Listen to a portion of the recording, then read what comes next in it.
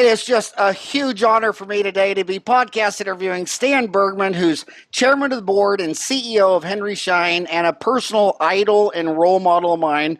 I got to tell you why I'll read your bio, then I'll tell you why. Since 1989, Stanley M. Bergman has been chairman of the board and CEO of Henry Schein, Inc., a Fortune 500 company and the world's largest provider of healthcare products and services to office-based dental, animal health, and medical practitioners with more than 21,000 Team Schein members and operations or affiliates in 32 countries. Henry Schein is a member of the S&P 500 and NASDAQ 100 indexes. In 2016, the company's sales reached a record $11.6 billion. Henry Schein has been a Fortune's world most admired company for 16 consecutive years. Mr. Bergman serves as a board member or advisor for numerous institutions, including New York University College of Dentistry, the University of Pennsylvania School of Dental Medicine, Columbia University Medical Center, University of the People, Hebrew University, Tel Aviv University, the University of Witwatersrand Fund, the World Economic Forum's Healthcare Governors, the Business Council for International Understanding, the Japan Society, and Metropolitan Opera. Mr. Bergman is an honorary member of the American Dental Association and the Alpha Omega Dental Fraternity. Stan is recipient of the Ellis Island Medal of Honor, the CR Magazine Corporate Responsibility Lifetime Achievement Award, the 2017 CEO of the Year Award by Chief Executive Magazine, Honorary Doctorates from the University of Witwatersrand, Hofstra University, A.T. Still University, Arizona School of Dentistry and Oral Health, Case Western Reserve University, Farmingdale State College, an honorary fellowship from King's College London Dental Institute and the International College of Dentists.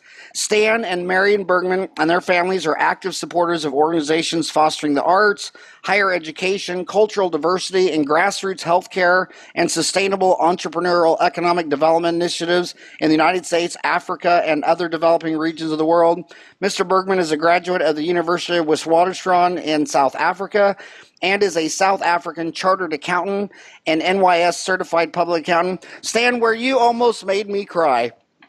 Twice in my life, I've gone in some missionary dental place, and I'm out in the middle of nowhere, and all of a sudden you come up to this building, and it's a nicer dental office than my dental office, and I say, whoa, who built that? And there it is there. This is donated by Stanley M. Bergman, Henry Schein. And I told those kids, I got to tell you this story. So I told those kids, I said, I know Stan, he's my friend, because I flew down and visited you in Melville in 89 and 91, and the two things I couldn't believe that I just started Dental Town. And I had all these questions, and I thought, I'm just going to fly down there and see if I can somehow catch them going from one meeting to the other. Hell, you took me in your private office and talked to me for an hour. I couldn't believe the CEO of Schein gave me an hour of his time. But I'm telling these kids in Tanzania, I said, I know my friend Stan, he built this for you, and I'm going to take out my phone, and I want you to all say thank you to Stan. And they said, okay. So I hit film, and they started singing happy birthday. So they sang you. It's on YouTube. You can even find it. I'll send you the link. But they all sang you happy birthday because my English wasn't as good as their Tanzanian. But man, you've done so much giving back. You've done so much for missionary dentistry, charitable dentistry, humanitarian dentistry, and I want to seriously thank you for that. Thank you, Howard. It's a real honor to be here with you. I think Mark Twain once said when they were going to introduce him that I was be very worried that they're not going to get all the lists of things I've done. Well, you have a comprehensive list, more than anybody could imagine. I'm not sure where you got it all, and I have to check whether I actually do all this stuff. So, Stan, I get the question is, you've been CEO of Schein since 89. That's almost 30 years. Yeah. So where was dentistry 30 years ago? Where is it today? And since podcasters are usually millennials, when I ask my guests, email me howard@dentaltown.com and tell me your name, why you like the show, how old are you? It's about 25% are still in dental school, and the rest are all under 30. So those kids are probably wanting to know, this is what they want to know. They say, Stan, when Howard graduated in 87, was that the glory days? Are they gone now? Is it now just going to be corporate dental care and PPOs? And I think we're in the most exciting time in dentistry ever. And this is for a couple of reasons. First of all, it is becoming very, very clear, and particularly clear in the last, say, 7 to 10 years, that there is a direct correlation between good oral care, between good dental care, and good health care. And so it's not only about cosmetics, it's not about drill and fill, but it's now becoming clear. Visit your dentist, take care of yourself, and you will live a healthier and more productive life. Businesses are understanding that. Insurance companies are understanding it, and it's our job to make sure that government understands that healthcare practitioners can increase the quality and length of life. It is such an exciting time to be in dentistry, and if you couple that with digital dentistry, it is phenomenal. Really exciting time to be there. You know, I was listening to the dental director of United Concordia talk, and he said that the most expensive thing they have to pay for is a premature baby, and the number one thing they can correlate it to is the pregnant mother had gingivitis, periodontal disease, and they're like, you know, this pregnancy medical should be covering dental cleanings because we don't want you to have a 1-pound baby. We want you to keep in the oven for 9 months. You're absolutely right. So the way it works, Howard, is that about 2/3, or maybe as much as 70% of all healthcare spend relates to non-communicable diseases. There are 4 big ones: cardiac, cancer, and pulmonary and diabetes. And there are 2 very important other ones.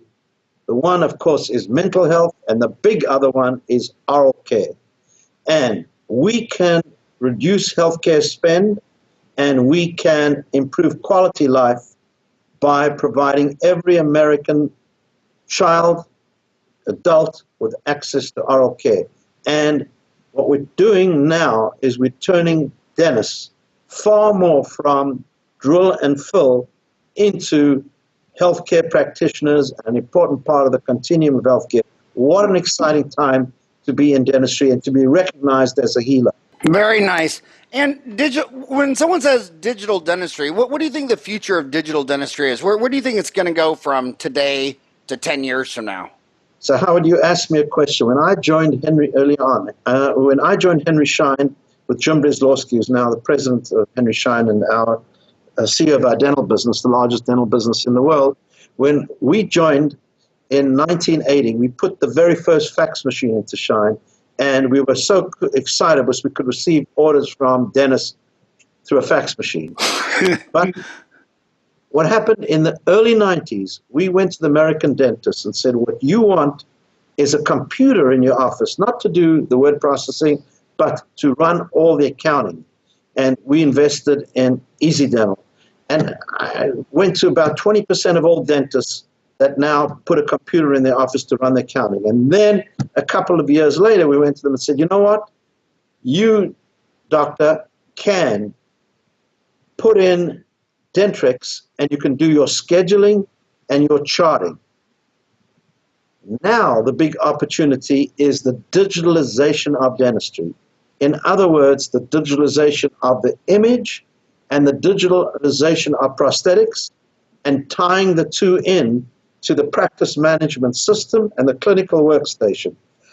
The opportunity to improve the tools that dentists use to operate their practice so that they can run a more efficient practice and provide quality of care is remarkable as a result of digital dentistry. You know, chairside milling, CAD/CAM, where you're reducing a block, now it's 3D printing.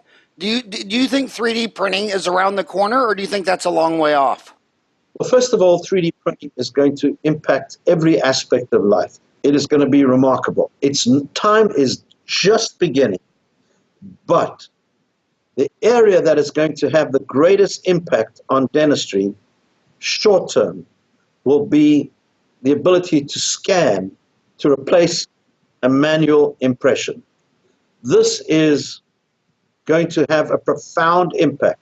Firstly, as with all technologies, just like with the calculator or the PC or the camera, they're becoming better and the price is coming down. So there's no need any longer to put patients through the infamous gagging. You can take a scan, and I would recommend that every dentist and every dental assistant and every hygienist actually have an opportunity to be scanned themselves.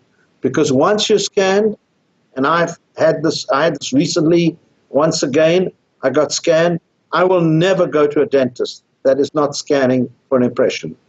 You take that scan, and you can do one or two things with it. You could send a chairside for certain procedures, and you can have the crown and bridge milled with phenomenal materials all within an hour or so. Or you could send it now digitally, and Henry Schein has our DDX network. We will take that scan and move it to the lab, and in the lab, the crown will be milled, or the bridge will be milled digitally with phenomenal equipment and great materials. This opportunity that is now emerging in dentistry will reduce errors, will provide for better procedures, ultimately better work product, and be far more efficient. And this is so, so exciting. I think it's really important that every dentist take a look at the scan and the ability to do chairside milling and sending to the lab. The lab has a long-term future. It's very, very exciting. There are certain procedures to do chairside and certain in the lab. Just like in the human world, there are certain procedures to do in the physician office, certain tests, and certain to be done in the lab. And the two will coexist for a long time. Now, the 3D printing will coincide and work with all of these modalities and make a big, big difference in quality and efficiency now, and will get better over time. You just mentioned to my homies Digital Dental Exchange, which is ddxdental.com. Explain what ddxdental.com, Digital Dental Exchange. Tell us about that.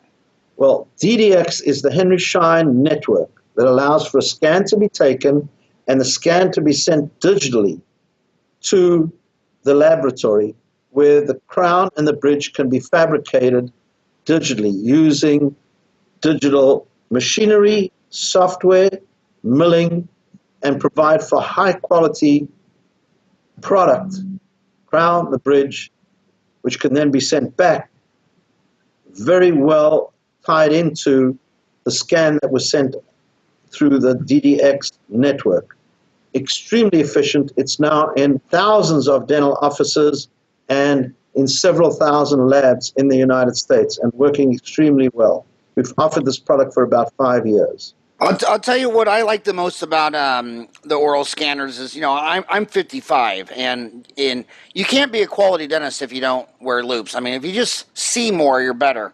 When you take an impression, you can't hardly read that impression, but when you scan a prep and you can see it 40 times larger, you're just a better dentist. So the endodontists, so many of the great ones have a microscope hanging on the ceiling, and before they obturate, they take an 8x look down the canals, and they're always finding crud or something in one of the canals. So anytime a Homo sapien can see better, it turns into higher quality.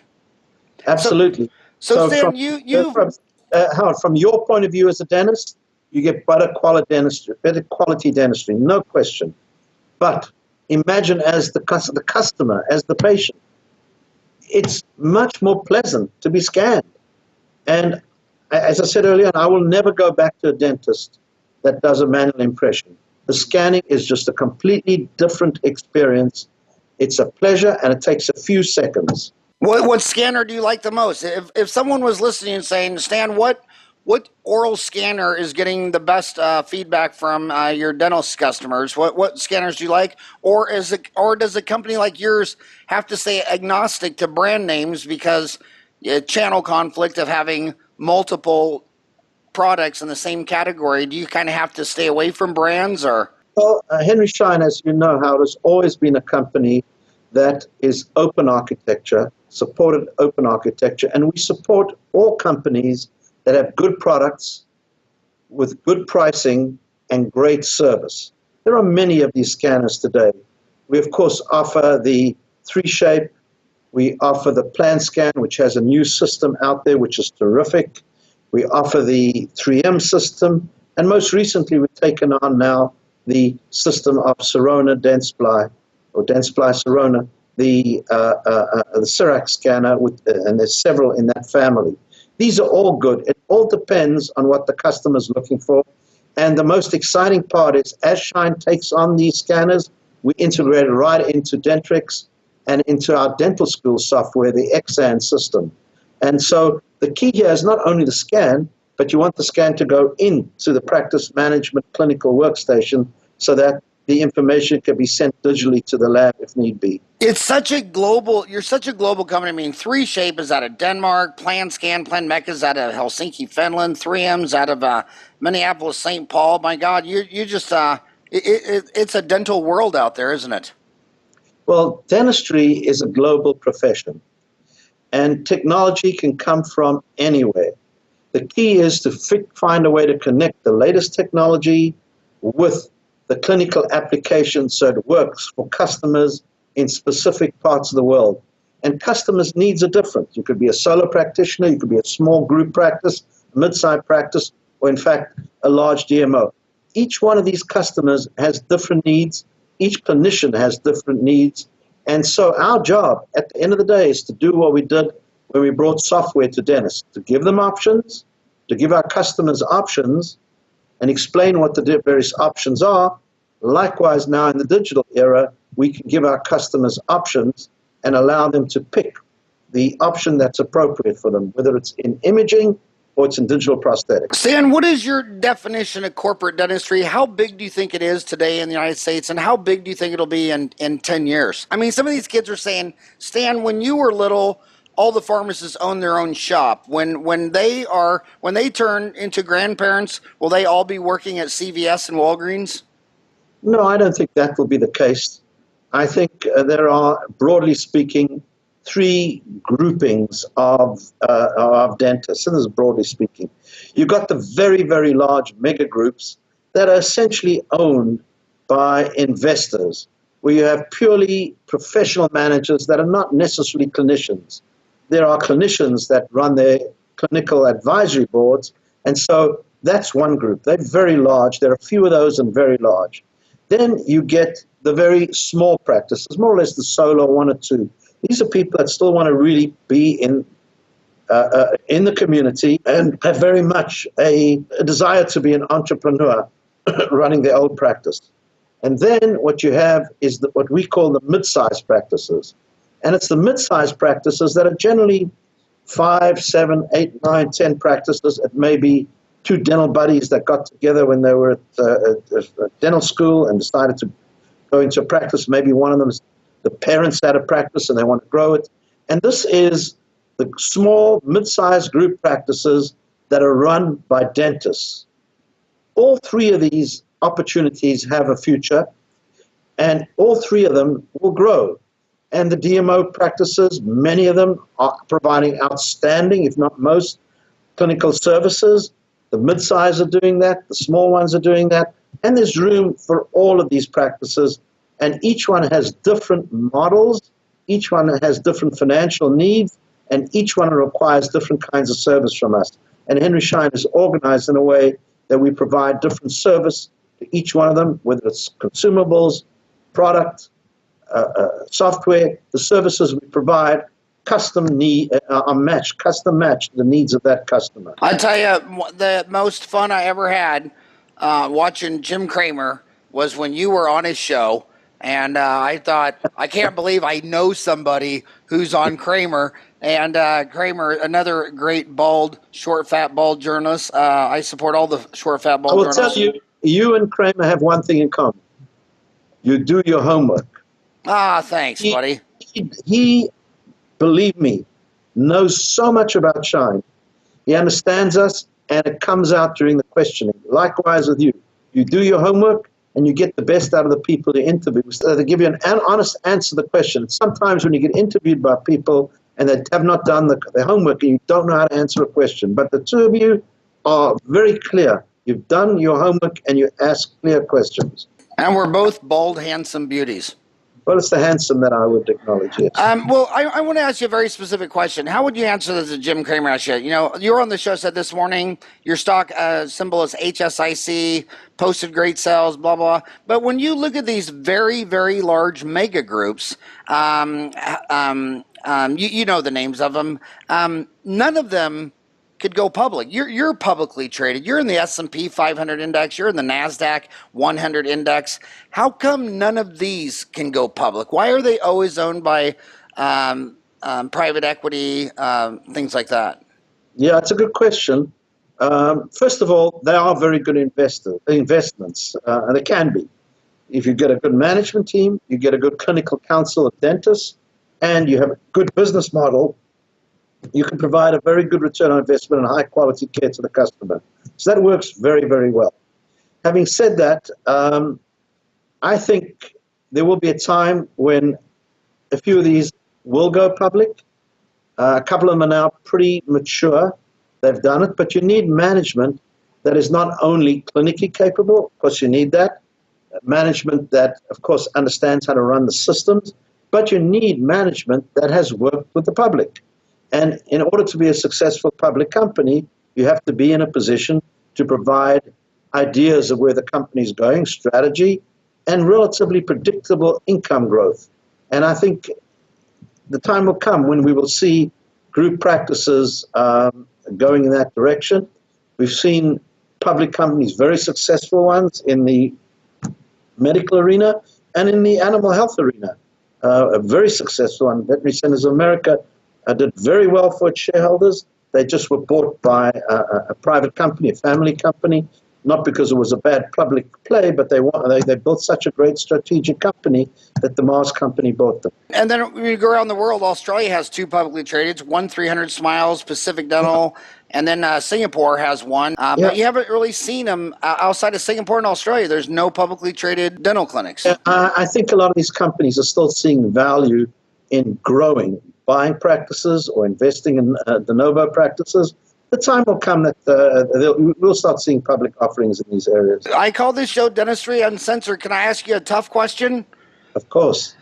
Last year at the Greater New York, which right now, and you're in Melville, you're about 30 minutes from that meeting, Amazon had a big booth there. Do you think Amazon's going to be a disruptor in the dental industry? Do you see it being a major player to someone like Henry Schein? Look, Amazon is an important player in providing internet capability, electronic ordering. I would say the biggest disruptor from that point of view in dentistry was Henry Schein. When we came out with our first, we were Amazon before there was Amazon. We came up with a catalog, the first. We listed all the products. You remember this. Absolutely. We published a price for which it took us until about 10 years ago to be forgiven by many people in the industry, because we actually allowed for transparency. We published a price, and we put pressure on the marketplace to be competitive and transparent. And then you know what? If a customer wanted to order something, we actually had it in stock. So we came up with Amazon before Amazon was ever thought of. We then took that and put it onto a touch-tone telephone. We then took that, put it onto an intranet. We then took it and put it onto an internet. Now we're tying in all of what we're doing with our field sales consultants. These people are highly valuable. We have 4,500 field sales consultants around the world, dental, medical, and vet. Their job is to go into a dental office and say to the dentist or the manager of the office, we want to help you run a more efficient practice. We know best practices so that you can provide phenomenal clinical care. And by the way, everything you need, we have digitally available on one of our internet programs. We have information on the products. We have videos on the products. And I can help you. I'm the consultant, can help you with your practice. I'm not going to charge you for it. All I want you to do is buy a product from me, and my prices are fair. It's a proposition that's outstanding. Will there be an opportunity to buy certain products through an internet company? They exist already before Amazon. And these companies are out there providing services for things like gloves and masks and stuff like that. They will always exist. Walmart sold that stuff, Costco. It's a very competitive market. our competitors and us, we duke it out every day to provide our customers the best value. And I think the Henry Schein formula of helping our customers operate a more efficient practice so that our customers can provide better clinical care is the winning formula. And it's worked for many years, and I think it will continue to. I want you to put your dad hat on. She's a little girl. She's 25. She just graduated a few months ago from A.T. Still University, where we have a common buddy, Jack Dillenberg. Yeah. She's got $350,000 of student loans, and she says, when I got out of dental school, we never placed a single implant. We never did a single case of Invisalign. And she's asking you, what advice would you give her? She's got $350,000 in debt, and she can't take all this continuing education at the same time. I mean, she can't go study Invisalign and placing implants and sleep apnea and cosmetic dentistry.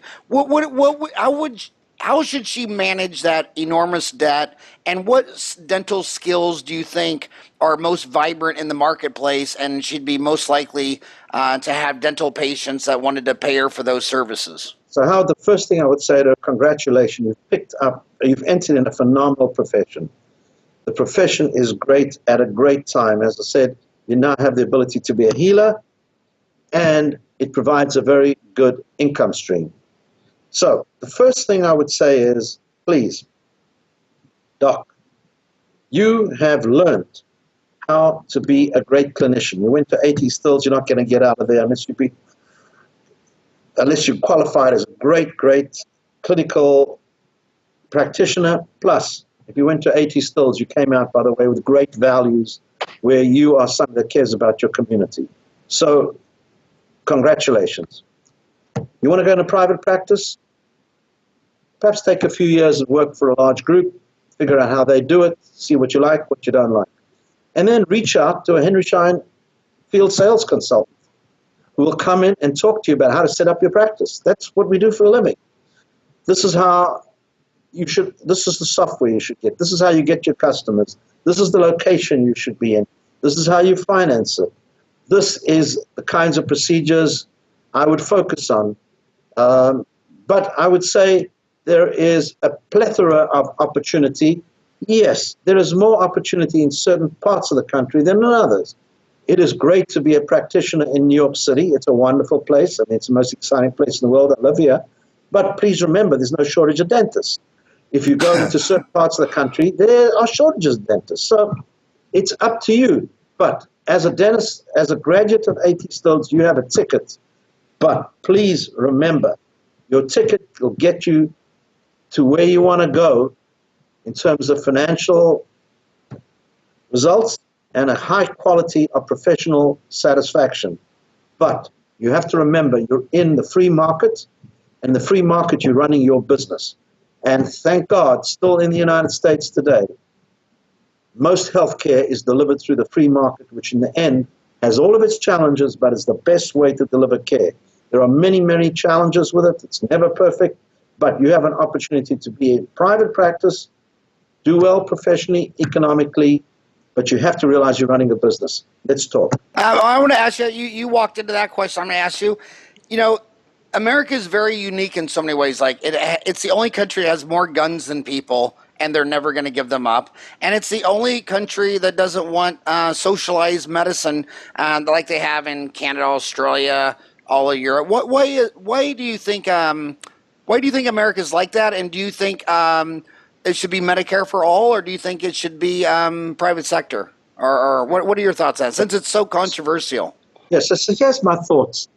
And my thoughts are that we spend 18% of our GDP on healthcare. The best way to deal with healthcare costs is through making sure that we deal with the NCDs, the non-communicable diseases, which are almost 70%, two-thirds to 70% of our healthcare spend.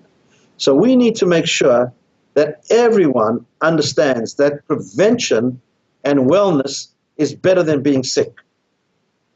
How do we do that? We make sure everyone gets a primary care doctor so that everyone can see a doctor and discuss how you stay well and how you prevent yourself from getting sick. Because the most expensive way to deal with sickness is when people show up in the emergency room. a key part of the inefficiency in our system is that people in the past didn't have a primary care physician, so we had to take care of them in emergency room. Everyone is taken care of. It's very expensive. We've got to prevent people from getting sick. I believe in a multi-provider network system, a series of systems where there's free market and there's competition. But everyone should have the ability to see a primary care physician, and by definition, primary care includes dental care, because without good primary dental care, you do not really get primary care primary care in itself. So what's required here is everyone should be able to have a primary care physician, including a primary care dentist, so we prevent people from getting sick rather than paying for people's treatment when they show up at an emergency room. And it should be a free market with multiple providers, with, of course, good regulations to make sure that the quality of care is good. I'm anti one-payer system. It doesn't work.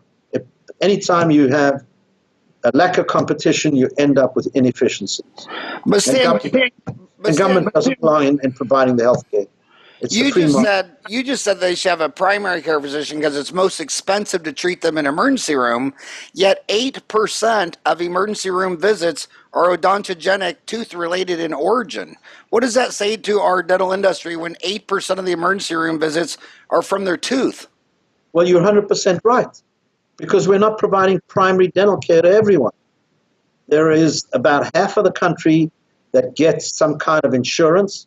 There's a small percent that gets some kind of Medicaid, and there's 30 or 40%, I don't know the number, you know this better than me, don't have the ability to go to a dentist. If we got those people to go and see a dentist, they would not go to the emergency room. Our cost of the emergency room would go down, people would be healthier, productivity would go up, and we'd be happier people.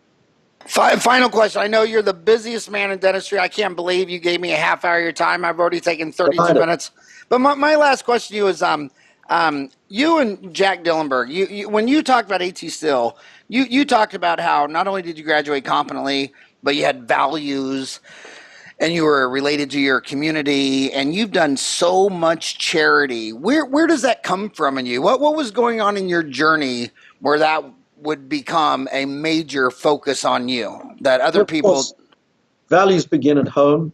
I saw it with Henry and Esther Schein and their sons. They gave back to the community. And I would submit to you that Benjamin Franklin came up with the best philosophy, doing well by doing good. And I would submit to you that businesses that subscribe to that, publications that subscribe to that, and dentists that give back to their community will get more out of it. Personal satisfaction, and they'll build their brand. And at the end of the day, if you can align your interests with society, you will be successful. What a great profession dentists have, the ability to run a business and align the needs of society. And the work you're doing on communicating all of this is really important for the profession, Howard. Well, I'll tell you what, I had so much fun in Tanzania. It was at the base of Mount Kilimanjaro. We climbed that the week after. We spent a week in your dental clinic, and then we climbed Kili. And those little orphans were so adorable. It was an orphanage, and it was about 250 kids. And I mean, what you've done for dentistry is so amazing. I can't believe you're running an $11.6 billion company, been on Kramer. I mean, if there was ever a rock star in dentistry, it would only be Stan Bergman. Thank you so much for coming on the show today. Howard, thank you very much. Thank you for what you're doing for dentistry. And any dentist that wishes to go on a mission anywhere in the world to help underprivileged people, please call Henry Schein Cares. Happy to give you the supplies. You're too kind. Love you to death. Thanks for coming on the show, Stan. Thank you. Thanks.